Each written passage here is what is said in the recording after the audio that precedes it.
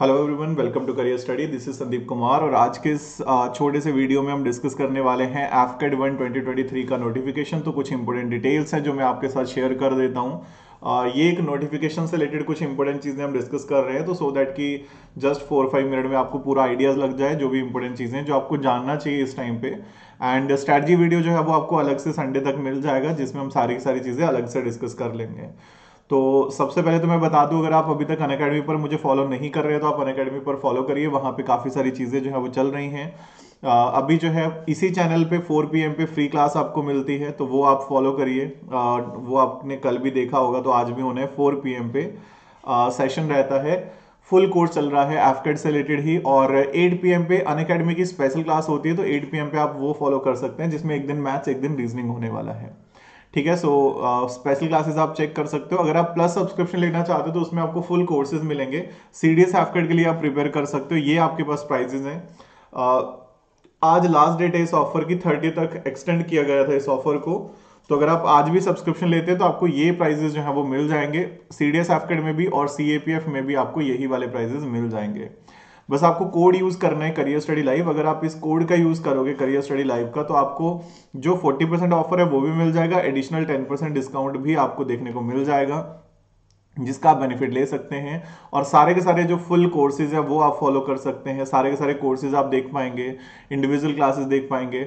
और special classes जो है वो 8 PM पे हो रही है, तो डिस्क्रिप्शन में मैं लिंक डाल दूंगा, वहां से आप फॉलो कर लेना। तो वो स्पेशल क्लासेस भी आप देख सकते हो, तो सारी चीजें आपको मिल जाएंगी। तो फिलहाल जो है आज के टॉपिक पे आते हैं। सो आज हम करने वाले हैं नोटिफिकेशन को डिस्कस। तो कुछ इंपॉर्टेंट चीजें जो आपको समझनी है, सबसे पहला हमारे पास है जो आप फिलिंग जो है वो स्टार्ट कर सकते हैं, वो है 1 दिसंबर से लेकर 30 दिसंबर तक। तो 1 दिसंबर से 30 दिसंबर के बीच में आप फॉर्म फिल करिए। अभी लास्ट टाइम से थोड़ा देखा गया है कि समटाइम ना सेंटर का इशू हो जाता है। तो अगर आपको अपना जो भी सेंटर है वो चाहिए, जो नजदीक है, जो भी नियरेस्ट है, तो उसके लिए आप कोशिश करिए कि आप 15 से पहले पहले फिल कर लीजिए। बहुत ज्यादा रश वाली भी बात नहीं है कि आप 1 तारीख को ही फिल करिए, बट आराम से, बट विद इन 15 डेज के अंदर अंदर आप कर लीजिए। तो वैसे 1 से लेकर 30 तक टाइम है, आप कभी भी फिल कर सकते हैं। और इसमें फिलहाल अगर आप देखेंगे तो जो डेट्स हैं, एग्जामिनेशन डेट्स हैं जो, वो है 24 Feb, 25 Feb एंड 26 Feb। तो फरवरी 2023 में ये पेपर होने हैं। 24, 25 एंड 26 फरवरी को ये होना है। तो ये आप कर सकते हैं। और ग्रुप ए गैजेटेड ऑफिसर है, तो वो आपको पता ही है, ग्रुप ए में आते हैं। ऑफिसर बन रहे हो आप डिफेंस में, अगर आप इस एग्जाम के थ्रू जाते हो। तो इसमें कुछ इंपॉर्टेंट चीजें, सबसे पहले आता है हमारे पास वैकेंसीज। तो वैकेंसीज की अगर हम बात करते हैं तो इस बार अगर आप देखेंगे तो शॉर्ट सर्विस कमीशन है। जो वैकेंसीज अवेलेबल हैं वो परमानेंट कमीशन में है नहीं। तो अगर आप देखेंगे तो फ्लाइंग में वैसे भी शॉर्ट सर्विस कमीशन मिलता है। 5 मेल की है और 5 फीमेल की है वैकेंसीज। ग्राउंड ड्यूटी टेक्निकल में वैकेंसीज जो है वो इस तरह से हैं। 87 जो है वो एरोनॉटिकल में है, लॉजिस्टिक में, इस तरह से। और 30 जो है वो है हमारे पास। अगर आप देखोगे तो यहाँ पे मेल और फीमेल दोनों के लिए ही है ये। तो इसमें आपने, हाँ, फिलहाल अगर आप देखेंगे तो ये जो है आपके पास वैकेंसीज हैं। और वुमेन के लिए यहाँ पे 10 एंड 3 है। ठीक है, मेल के लिए ये वाली वैकेंसीज है और फीमेल के लिए ये वाली वैकेंसीज हैं। ग्राउंड ड्यूटी नॉन टेक्निकल में अगेन शॉर्ट सर्विस कमीशन है, परमानेंट कमीशन की वैकेंसीज इस बार है नहीं। तो इसमें फिलहाल जो है वो वेपन सिस्टम के लिए 15 है, तो वो अलग से आपको वैकेंसीज मिल रही है। और फीमेल के लिए 2 है। बाकी ये आप देख सकते हैं, एडमिन में, लॉजिस्टिक में, अकाउंट में, एजुकेशन में, मेटालॉजी में, सारी की सारी वैकेंसीज गिवन है। तो वो सारे आपको ऑप्शन मिल जाएंगे। जब आप फिल करोगे तो आपको 5 प्रेफरेंसेस फिल करनी होती है। तो आप अपनी प्रेफरेंस सेट कर सकते हो कि पहले नंबर पे किसको रखना है, दूसरे पे। तो 5 ऑप्शन आपको मिलते हैं, उसमें से आप कोई भी रख सकते हो। बाकी ये नॉर्मली हर बार होता ही है कि फ्लाइंग जो एनसीसी स्पेशल एंट्री है उसके लिए फ्लाइंग के कुछ वैकेंसीज जो है वो रिजर्व रहते हैं। तो वो इस बार भी हैं 10% सीट्स सीडीएस वैकेंसीज के through for permanent commission and short service commission एफकेड के थ्रू। तो ये जो है वो मतलब वो फिक्स ही होता है। तो वो अगेन इसमें कोई बड़ी बात नहीं है। तो वैकेंसीज जो है, वैकेंसीज तो हैं, इनफ वैकेंसीज हैं, लास्ट टाइम से अच्छी वैकेंसीज हैं, लेकिन शॉर्ट सर्विस कमीशन में है, परमानेंट कमीशन में नहीं है। जो ये शॉर्ट सर्विस कमीशन है, इसमें एक्चुअली होता क्या है, बाकी सब चीजें ठीक है। फ्लाइंग ब्रांच में आपको 14 ईयर का टेन्योर मिलता है। और इसके अलावा अगर आप टेक्निकल एंड नॉन टेक्निकल की बात करेंगे तो वहां पे आपको 10 ईयर का होता है, फिर एक्सटेंड होके 4 ईयर और एक्सटेंड होके 14 ईयर।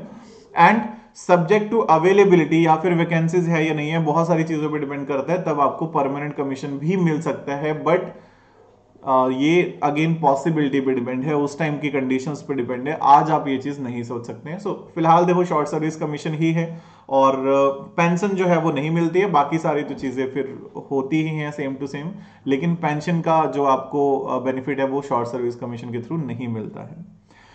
एलिजिबिलिटी में थोड़ा सा हम डिस्कस कर लेते हैं, क्योंकि बहुत सारे कमेंट आते हैं कि कौन फिल कर सकता है कौन नहीं कर सकता है। तो सिंपल सा पॉइंट है, अगर आप फ्लाइंग ब्रांच के लिए जा रहे हो तो आपकी जो डेट ऑफ बर्थ है वो 20 से 24, यानी कि आप बोल सकते हैं कि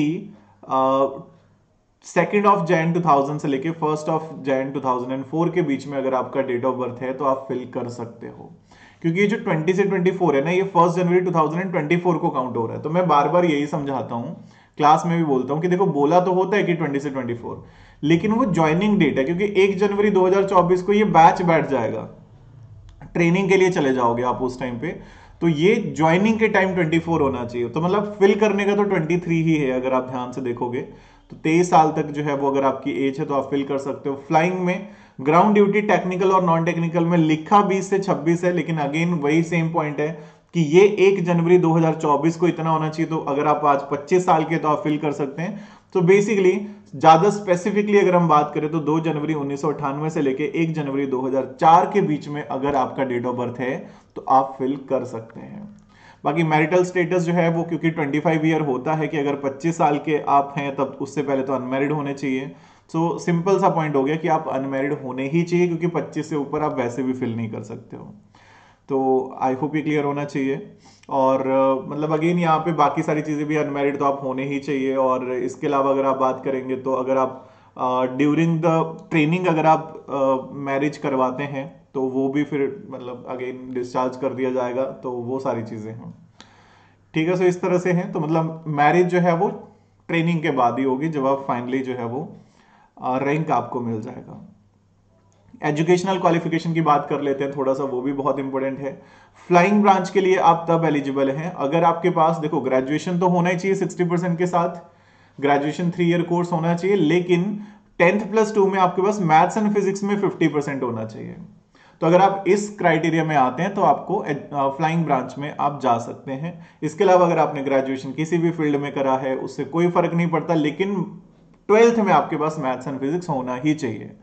ग्रेजुएशन में कोई भी कोर्स हो सकता है, उसमें कोई इशू नहीं है। जैसे किसी ने अगर +1 +2 में मैथ्स और फिजिक्स रखा था, उसके बाद आर्ट्स भी रख लिया, वो भी अप्लाई कर सकते हैं फ्लाइंग में, ठीक है। सो इस तरह से है।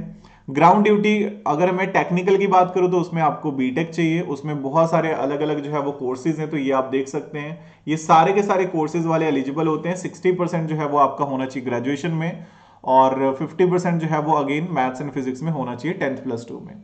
तो ये बहुत जरूरी है। तो ये सारे के सारे जो है वो कोर्सेज हैं, आप यहाँ पे पॉज करके देख सकते हैं कि जिस कोर्स को आपने करा है क्या वो यहाँ पे मेंशन है या नहीं। चाहे वो एरोनॉटिकल में हो, ठीक है, ये सारे आपको गिवन है। चाहे वो मैकेनिकल, मतलब यहाँ पे एरोनॉटिकल में एक इलेक्ट्रॉनिक्स है और एक मैकेनिकल है, तो ये दोनों जो हैं आपको यहाँ पे सारे के सारे कोर्सेज मिल जाएंगे। तो वो इंडिविजुअली डिस्कस करने का कोई पॉइंट नहीं है।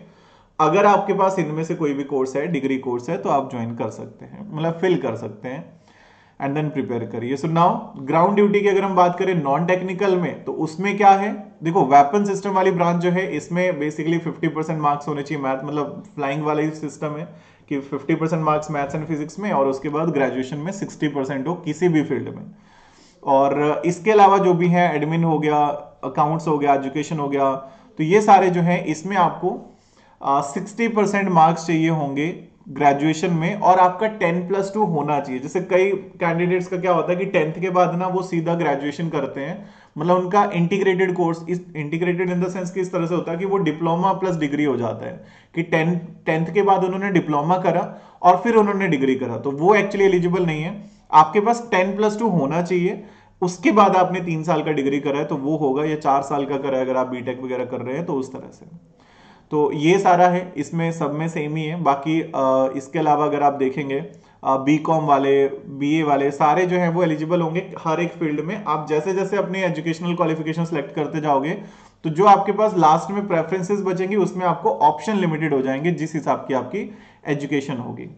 तो ये सारी चीजें जो मेन मेन थी वो मैंने आपको बता दी हैं। और इसके अलावा अगर हम बात करते हैं तो बाकी कुछ अलग से इतना है नहीं, बस सीधा सीधा पॉइंट है कि फीस जो है वो कितनी है। तो फीस की अगर हम बात करें तो वो रहेगी 250 रुपीज़। तो 250 रुपीज़ जो है वो फीस रहनी है, और अगर एनसीसी कैंडिडेट है तो उनके लिए वो नहीं है, ठीक है। सो अगर कोई लेट्स से कि एनसीसी स्पेशल एंट्री वाले हैं तो उनके लिए नहीं है ये, बाकी एफकेड एंट्री के लिए है ये। तो इतना है, बाकी इसके अलावा पूरा डिटेल गिवन है, तो मैं आपको डिस्क्रिप्शन में भी ये लिंक दे दूंगा इस नोटिफिकेशन का, इस पीडीएफ का। बाकी जो है सारी की सारी चीजें जो इंपॉर्टेंट थी वो मैंने बता दी, क्योंकि मेनली आपको जब फॉर्म फिल करना है तो आपको ये पता होना चाहिए कि पेपर कब है, और इसके अलावा मेन चीजें जो है वो क्या है। सिलेबस भी आपको इसमें मेंशन करा हुआ है, लेकिन मैंने क्योंकि आपको बता दिया कि मैं एक अलग से स्ट्रैटेजी सेशन लाऊंगा तो उसमें मैं सिलेबस भी डिस्कस कर लूंगा। जैसे ये है सिलेबस, अगर आप देखोगे तो इस तरह से आपके पास 2 घंटे का पेपर रहता है, 100 क्वेश्चन है और 300 मार्क्स हैं, और थोड़ा सा अगर नॉर्मलाइजेशन तो होता ही है।